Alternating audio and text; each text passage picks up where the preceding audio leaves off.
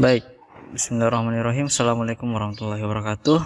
Di video kali ini kita akan mengenal beberapa jenis rumus yang terdapat pada Microsoft Excel. Yang pertama adalah ada rumus yang namanya rumus pengelola kata. Rumus pengelola kata ini umumnya yang bisa kita coba seperti misalnya rumus upper, lower, and proper. Upper itu untuk mengubah semua huruf menjadi kapital, lower itu untuk mengubah semua huruf menjadi kecil, dan proper itu mengubah semua awalan kata menjadi besar. Contohnya adalah, nah di sini dapat Anda lihat bahwa di sini ada beberapa nama, contoh nama. Nah, kita akan mencoba membedakan yang mana rumus upper, lower, and proper. Bagaimana perbedaannya? Kita masukkan saja rumusnya. Masukkan dulu tanda sama dengan, ya. Sama dengan ini artinya pembuka awalan rumus. Mau rumus apapun itu pasti diawali dengan tanda sama dengan. Lalu kita masukkan rumusnya upper. Nah, untuk yang sampel pertama kita coba Ghazi Al-Ghifari. Nah, di sini dia berada pada kolom A2 ya.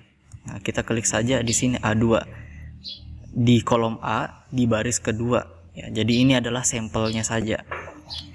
Upper, lalu kita masukkan teksnya yang mana yang dijadikan sampel, yaitu adalah A2. Setelah itu kita klik yang namanya enter, dan dapat Anda lihat bahwa rumus upper ini sangat berfungsi ya. Artinya dari nama yang acak-acakan seperti ini, ketika dimasukkan rumus upper lalu katanya itu menjadi kapital semua. Lalu bagaimana dengan lower?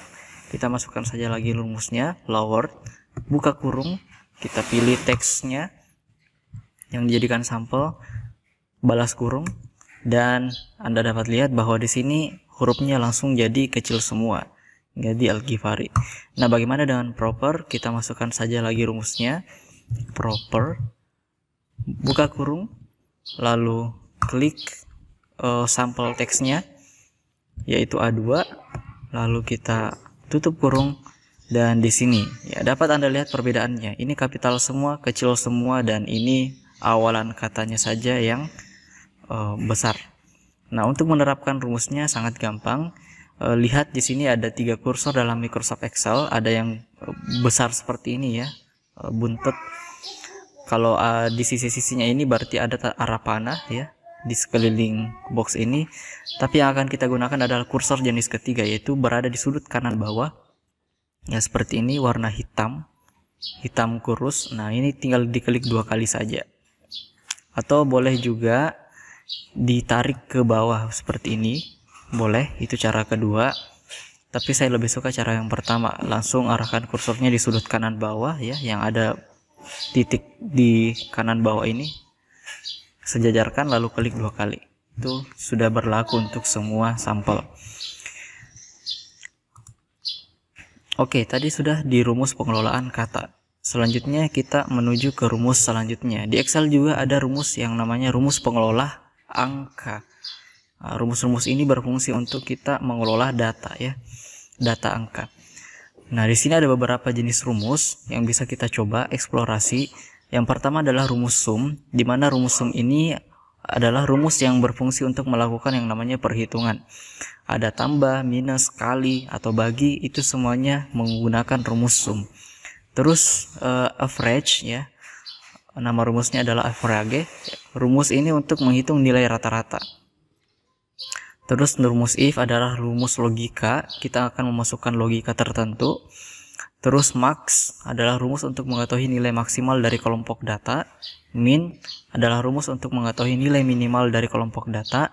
Countif adalah rumus untuk menghitung karakter tertentu dari kelompok data. Dan rank adalah rumus untuk mengurutkan ranking dari kelompok data. Bagaimana pengaplikasiannya? Coba kita simak. Nah, di sini kami sudah buatkan file latihan. Nah, di sini kita akan mencobakan rumus-rumus tadi yang telah disebutkan. Yang pertama adalah nilai rata-rata. Ini menggunakan adalah rumus apa? Rumus ada average, rumus average. Karena kita ingin mengetahui rata-rata nilai. Nah, di sini kita masukkan rumus tulisannya average, buka kurung. Lalu di sini akan meminta number 1 and number 2. Artinya kita disuruh memblok sampel data yang akan kita buatkan nilai rata-ratanya. Misalnya saya ingin mengetahui nilai rata-rata kalau nilai rata-rata dari nilai ujian harian sama nilai UAS, maka saya blok keduanya ini ya, datanya itu berada di kolom C baris kedua C2 dan kolom D baris kedua D2. Ini adalah sampel datanya ya. Nah, saya ingin mengetahui nilai rata-ratanya. Setelah itu kita klik yang namanya enter.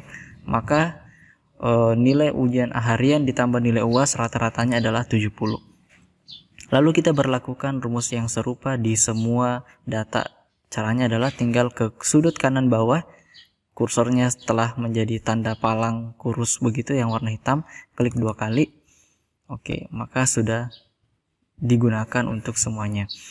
Nah, untuk kriteria kelulusan kita menggunakan yang namanya rumus if. Ya, karena kita akan memasukkan logika tertentu. Misalnya di sini kita masukkan saja if. Nah, di sini ada 3 yang harus diisi. Pertama adalah logical text, yang kedua adalah value if true, yang ketiga adalah value if false. Logical textnya adalah kalau misalnya nilai rata-ratanya. Oke, logical textnya adalah seperti ini. Sama dengan if buka kurung. Nah, kita mengambil rujukan datanya apa? Nah, di rujukan datanya ini adalah nilai rata-rata yang dijadikan patokan untuk kriteria kelulusan. Kalau nilai rata-ratanya di atas 60, maka dia lulus. Kalau nilai rata-ratanya di bawah 60, maka dia tidak lulus. Nah, untuk logical textnya kita isi berarti sampel datanya E2. Karena ini adalah dijadikan patokan. Jika nilai pada E2 lebih besar daripada 60, maka dia dinyatakan lulus. Nah, value if true adalah lulus. Value if false ya kita titik koma sebagai penanda untuk pindah ke step selanjutnya. Nah, apa nilai salahnya adalah remedial misalnya ya, atau tidak lulus saja, tidak lulus, tanda petik, terus kita tutup dengan tutup kurung. Nah, jadi rumus ini bercerita bahwa kalau misalnya nilai rata-rata pada E2 itu lebih besar daripada 60, maka dia lulus, kalau tidak maka dia tidak lulus. Setelah itu kita klik yang namanya enter. Nah, di sini sudah ada keterangan lulus. Ini kita adopsikan ya, terapkan juga ke data yang lain, tinggal klik 2 kali. Nah, di sini sudah ada keterangan lulus dan tidak lulus. Oke, untuk ranking. Ranking ini adalah kita ingin merankingkan bagaimana nilainya ya. Nah, kita ingin cari tahu bagaimana ranking ya dari tiap mahasiswa itu. Nah, kita masukkan saja rumus RANK atau rank, buka kurung. Nah, pilih data rujukannya apa. Data rujukannya adalah nilai rata-rata. Di sini ada 3 juga kriteria yang harus dimasukkan adalah number, ref, sama order. Data rujukan kita adalah nilai rata-rata yang terletak di E2. Terus titik koma, ref artinya kelompok datanya yang mana? Kelompok datanya adalah seluruh nilai rata-rata. Jadi kita blok dulu seluruh nilai rata-rata sampai ke bawah. Lalu kembali lagi. Artinya dari E2 sampai E36. Ya, karena dia kelompok datanya di situ. Terus titik koma. Di sini ada pilihan 0 atau 1. Kalau kita memilih 0, berarti kita ingin mengurutkan dari rankingnya itu dari yang tertinggi ke yang terendah. Tapi kalau 1, berarti kita mengurutkannya dari yang terendah sampai yang tertinggi. Tapi di sini saya ingin mengurutkan dari yang tertinggi yang menuju yang terendah. Tutup kurung. Nah, di sini sebelum kita enter, kita paskan dulu di E2 sampai E36. Kita lock dulu, kita kunci dulu bahwa ini adalah rujukan data yang tetap. Nah, caranya adalah di bagian E2 kita tekan yang namanya F4. Setelah ditekan F4, maka ada tanda simbol dolar ya di antara E dan 2. Begitupun juga dengan E36. Kita mau kunci supaya datanya itu tetap berada di situ ya. Nah, tinggal dikunci seperti itu. tekan F4 tadi. Setelah itu kita klik enter. Nah, setelah itu kita terapkan di semuanya. Maka di sini sudah kelihatan ya hasilnya. Nah, lalu di sini ada keterangan, tidak ada. Nah, keterangan ujian harian. Nah, di sini kita ingin mencari tahu berapa nilai maksimal yang terdapat pada kelompok data ujian harian. Caranya sangat mudah, tinggal masukkan saja rumusnya, yaitu max sama dengan max buka kurung. Lalu kita blok seluruh datanya ya, yang nilai UAS ujian harian ini. Nah, setelah itu kita tutup kurung. Berarti datanya itu berada dari awalan datanya itu berada pada C2, akhiran datanya itu berada pada C36. Seperti itu ya. Awalannya adalah C2, akhirannya adalah C36. C36. Oke. Enter. Nilai minimal ujian harian, jadi kita masukkan saya rumusnya sama dengan min buka kurung. Karena saya sudah tahu letak datanya di mana, maka saya tinggal ketikkan saja C2 titik 2 sampai C36.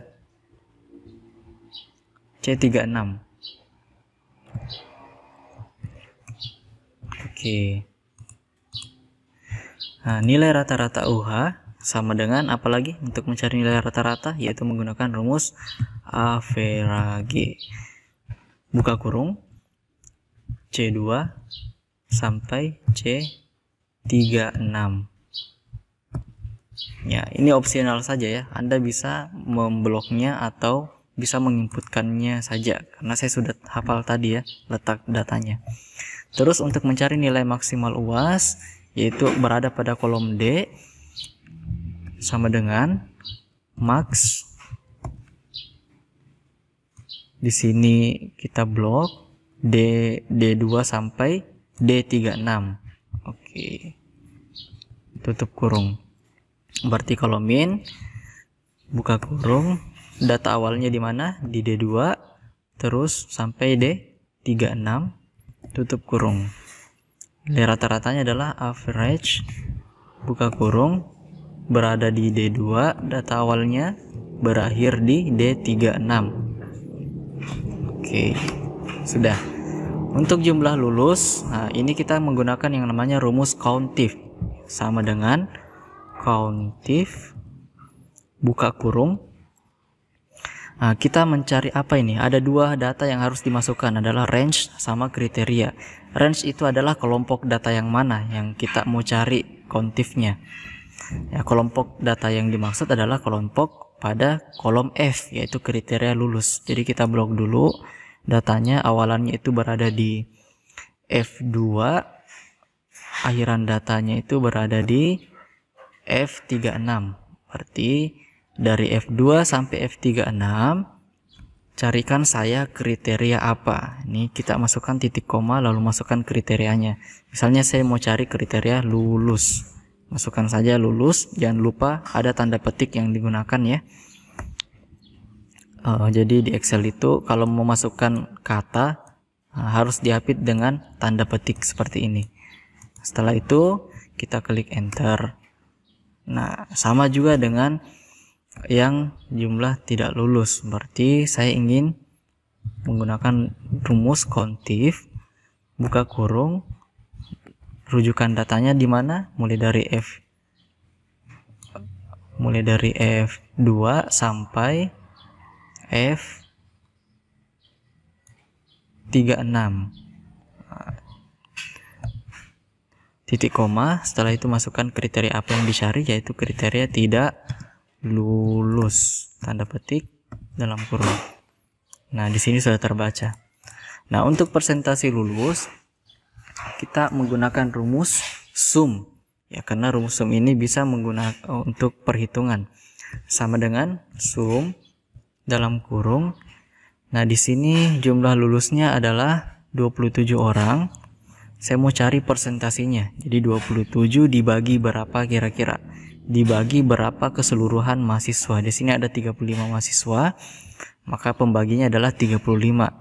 Jumlah lulus dibagi total keseluruhan orang 35 dikali 100%. Lalu tekan enter. Oke. Untuk persentase tidak lulus ya sama. Rumusnya adalah sum buka kurung yaitu tidak lulus dibagi jumlah orangnya yaitu 35 keseluruhan lalu dikali dengan 100%. Nah, maka muncullah seperti ini. Nah, kalau misalnya ini awalnya kan pasti general semua ya. Biasanya begini dulu ya semua 0, sekian sekian sekian. Nah, ini tinggal kita ubah saja menjadi persentase yaitu di bagian sini. Karena biasanya angka yang muncul itu semuanya adalah general seperti ini ya. Kita klik ini semua adalah general. Nah, untuk menjadikannya persentase tinggal diblok saja lalu pergi pilih yang namanya percentage. Nah, setelah itu kita buatkan diagramnya agar lebih tervisualisasikan datanya. Di sini kita blok dulu persentase lulus sama persentase tidak lulus, lalu pilih ke menu insert, lalu pilih yang namanya diagram. Nah, di sini saya kayaknya menggunakan diagram tipe P bundar. Nah, di sini sudah muncul. Untuk memunculkan angkanya pilih stylenya ya. Boleh memilih style yang ada keluar angkanya. Nah, seperti ini ya. Ini sudah ada angkanya. Oke, sudah ya. Oke, mungkin segitu dulu untuk video kali ini ya. Semoga bermanfaat dan bisa diterapkan ya untuk melakukan perhitungan-perhitungan atau pengolahan data di Microsoft Excel. Terima kasih telah menyimak. Wassalamualaikum warahmatullahi wabarakatuh.